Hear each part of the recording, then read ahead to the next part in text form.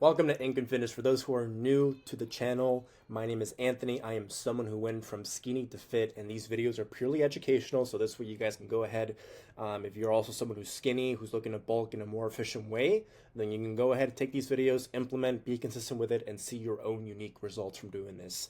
If you are someone who is looking for a more personalized approach when it comes to getting to your fitness results, to your fitness goals, hitting them, the link will be located in the description down below for my calendar, so that way you guys can go ahead and find a good time to speak with me. I can set you up with a game plan and point you in the right direction.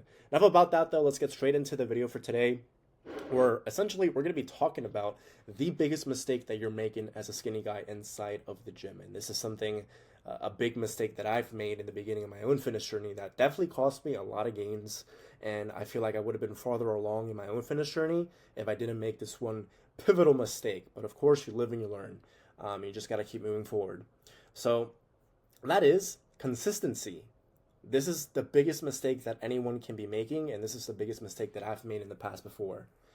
Just lacking consistency. No consistency inside of my training, inside of my eating, inside of my rest and recovery, right? And let me tell you a story about this, why that was the case, at least for me specifically. And then it should make you guys think and wonder, what areas of your life is holding you back from being consistent inside of the gym, right? And in my opinion, it's kind of twofold, right? Is there time in your let me rephrase that actually. How can you be making time for the gym? How can you make time to prioritize the gym given your hectic schedule, right? Because I'm going to assume you guys have busy schedules, 9 to 5, maybe school, college, relationship, whatever it is, right? Um, and so you just want to see what how can I make time for the gym if it is genuinely a number one priority for me to get fit, to get in shape, right? But let me, before I kind of dive too deep into the weeds about that, let me tell you a story about my own personal life. So, true story. This was back when I was in high school, about 11th or 12th grade, junior, senior year, right? That's around the time I started my fitness journey. So, in the beginning of my fitness journey, I made okay progress, nothing significant at all whatsoever. I still felt like I looked like, a super skinny kid. It could have been better though, but I had recently gotten into my very first relationship. It was the very first one. I was deeply in love, and obviously, like we've all fallen in love. We all remember our first love, is what I'm trying to say, right? We remember how we felt the first time we fell in love, and it was all sunshines and rainbows up until a certain point, right? I guess it just depends on the person. Some people it ends up working out, others it didn't. In my case, it didn't work out, which is okay because it was so long ago. But I would literally drop the gym. I would drop everything for this girl, right? As soon as it was the weekend, or if I had time after school, after I was done, cross country practice, I would go ahead and visit her. I would hang out with her. I just wanted to be with her, right? That was my number one priority, to be with her, because I was just so infatuated, so in love that I couldn't see myself doing anything else, right? It's dumbest mindset ever. So stupid. But it happens, right? Plain and simple, I was in love and I let that love get in the way of my own fitness goals.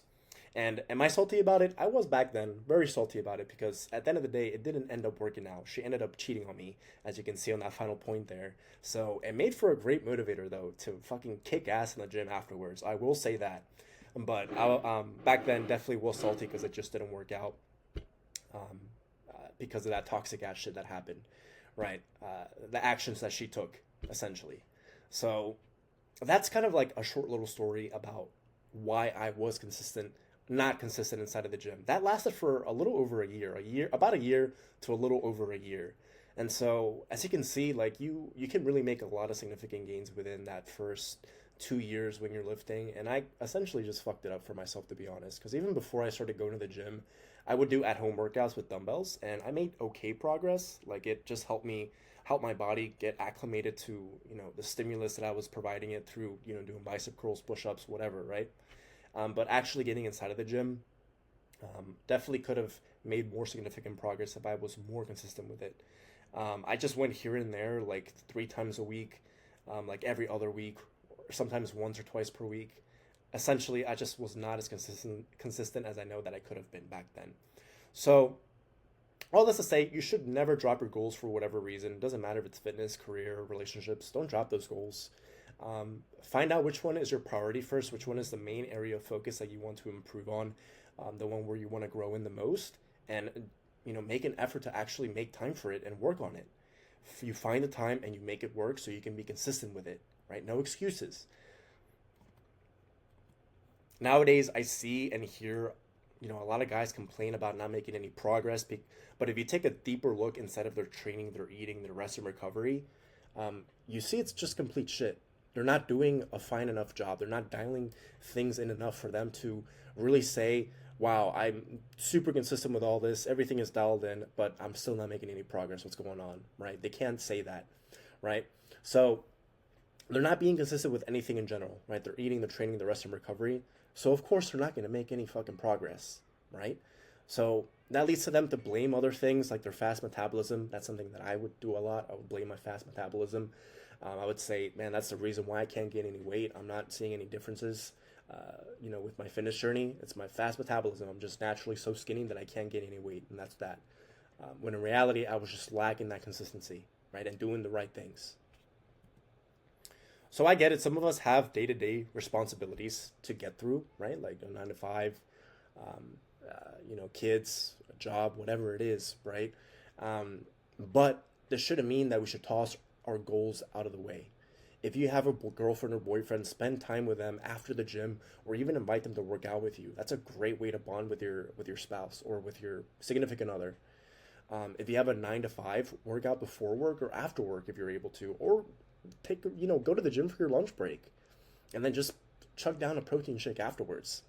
If you have kids, work out in the mornings, hire a babysitter. If that doesn't work out for you, have your spouse watch the kids in the morning so that way you can work out in the morning, and then you can return the favor by allowing them to work out in the evening because you're going to watch the kids in the evening, right? So if you're a single parent, definitely see how you can make it work for yourself. I know some gyms have like a daycare where they can watch your kids while you're working out, so you could also do that. But there are options. What matters the most is that you look for those options because you give a shit about what you're doing, right? The goals that you're trying to go after.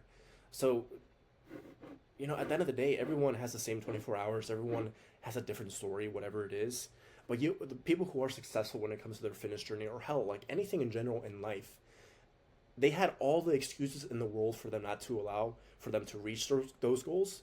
But despite of all that, they still fucking plowed through those obstacles, their own excuses, their own limiting beliefs to get to that end destination that they wanted to, because they made their goal a priority no matter how they felt or no matter how things seemed hectic in their own life or overwhelming in their own life, right? So get in that kind of mindset, that mentality. So don't let your excuses stop you from achieving your own fitness goals. You don't need to be inside of the gym for 2 hours. You even don't need to be inside the gym for 6 times per week.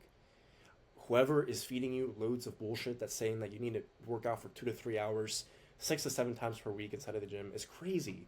That's crazy, unless you're not natural, right? But I'm speaking to natural lifters here. At least I think I'm speaking to natural lifters. If you're someone not natural, you can still take the advice that I teach you here, and it's going to be super effective for you. You'll just be able to recover a lot quicker. But all that to say, you don't need to be in the gym for this crazy amount of time. You can get a really super effective workout in for within 30 to 60 minutes by just going 3, 4, or 5 times per week. Right? It's just working out with intention, exerting yourself, training with intensity, training super hard, then making sure you're meeting your calorie and macro goals, and then making sure that you're getting 7 hours or more of sleep. Right? Doing your best to be able to do that. And finding the time for all that. I cannot stress that enough. You need to find the time for this. If it matters to you a lot to be in shape, to get muscular, to go from skinny to fit, whatever your fitness goal is, this should be your priority, and you should have the mentality that you will not let your excuses hold you back, and you will do whatever you can in your power to reach those goals. That covers it for the video for today, though, guys. Definitely a lot of oomph inside that video. Might be a slap to some of you all. Maybe some of you guys got offended when I started speaking, throughout some of those slides, because maybe you can resonate with that. Like, hey, I'm fucking up here, but I don't want to admit it, right? Because the number one thing is that someone can realize they have a problem, but they won't verbalize it. They won't admit it. So, for example, like someone will know that they're not doing everything in their power to meet their fitness goals. And when someone calls them out on it, or just, gives them a rough slap in the face of reality, they get mad about it. They get defensive about it. Like, no, no, no, I'm doing everything. It's because of my fast metabolism, this, and that. And that's how you know you offended someone, right? That's how you know you are speaking the truth. Because they got so butthurt over that. And they're trying to protect their character over it. But in reality, deep down inside, they know it's the truth.